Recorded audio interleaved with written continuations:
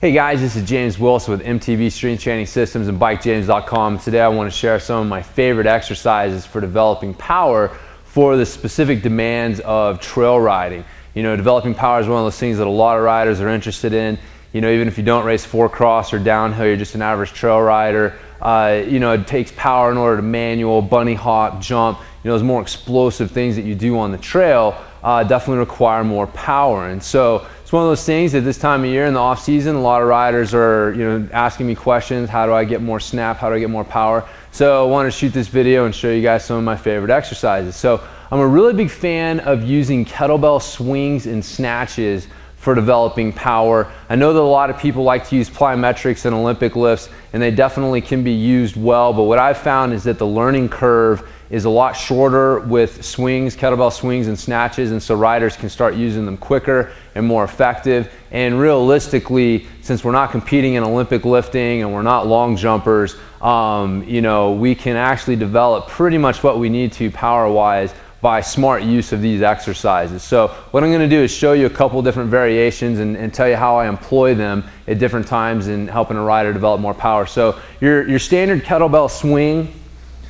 is a really great exercise because it works on that hip hinge that you need on your bike, and so not only are you developing power, but you're laying on top of a very specific movement pattern that you need on your bike, and it's also teaching you how to project energy forward and back, and which is again a really important thing on your to know how to do on your bike. So for this, you set like you're down in like a deadlift position. You're gonna hike the kettlebell back, squeeze your thighs together at the top like you're trying to squeeze a lemon between your thighs. Get nice and tall at the top. So this is your standard swing.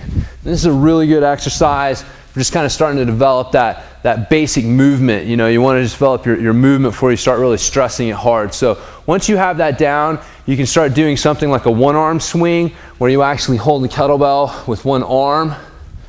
And this will add a little bit more of a rotational core strength component, having to keep the core straight, keep that arm packed in. You can switch hands and keep it going. So that's a one-arm swing. You can also do a double kettlebell swing, which is a great one for developing just kind of a little bit more of a max strength power. It's really working on that ability to move some weight. You push it back and then back up.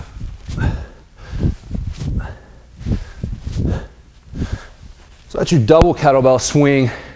A cool little variation on that is to do a misloaded double kettlebell swing. So you'll use a kettlebell that is, you know, 10, even more pounds, 10, 15 pounds heavier on one side than you will on the other. So for example, I got a 35 on this side and a 45 on this side, and I'm going to do a double kettlebell swing. You got to keep the kettlebells level at the top. So it really teaches you control, and again puts a little bit more of a rotational twisting component. You got to keep yourself steady because you don't have symmetrical forces on the body while you're doing this. So again, it's real, you know, pretty close to what happens on our bike. You know, we're rarely able to get things lined up perfectly, and so this kind of unstable power training is a really good twist on power training. It's something you can do. It's kind of unique with kettlebell swings. And then finally, you got some banded swings, which we take it's like a big rubber band.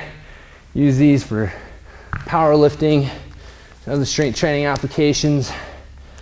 What you can do is wrap the band around the handles,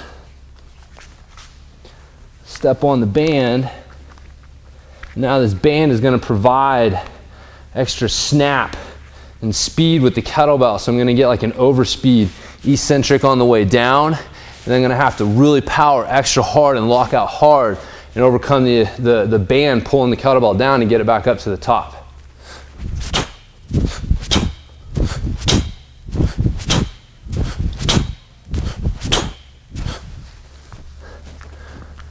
So that's your banded swing there. So again, that's a very high level exercise. I would progress riders through that sequence that I just showed you, a basic double-handed swing, moving to a one-arm swing, moving to a double swing, and then experimenting with the offloaded double swing.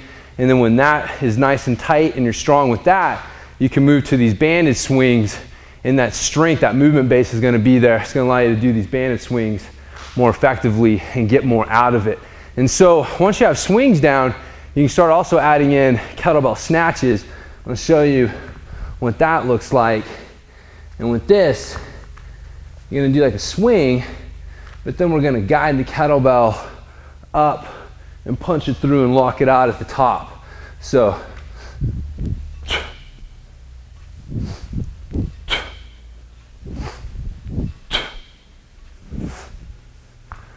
because the kettlebell is traveling a further distance, it's able to gain more inertia. So you need a little more hip snap, relatively speaking. So the hip snap you need for a good snatch with 35 pounds is definitely more than what you need for a swing. And so again, it just helps you develop the power and the speed that we're looking for without necessarily having to use a lot of weight, which is again another good trade-off with the kettlebell stuff, because you're not having to load up with a lot of weight like you usually do with Olympic lifts, and because you're not jumping around like you do with plyometrics, you don't have to deal with the very real possibility of landing wrong and twisting an ankle or tweaking something. So again, that's two of the reasons that I really like to use these exercise variations for power development. So anyway, so this is just kind of meant to give you guys some ideas on what you can do with kettlebell swings and snatches, some different variations on it. You can use them for conditioning. You can also use them for like max power development. So anyways, hopefully you guys have enjoyed this video, and I'll talk to you guys in my next training tip.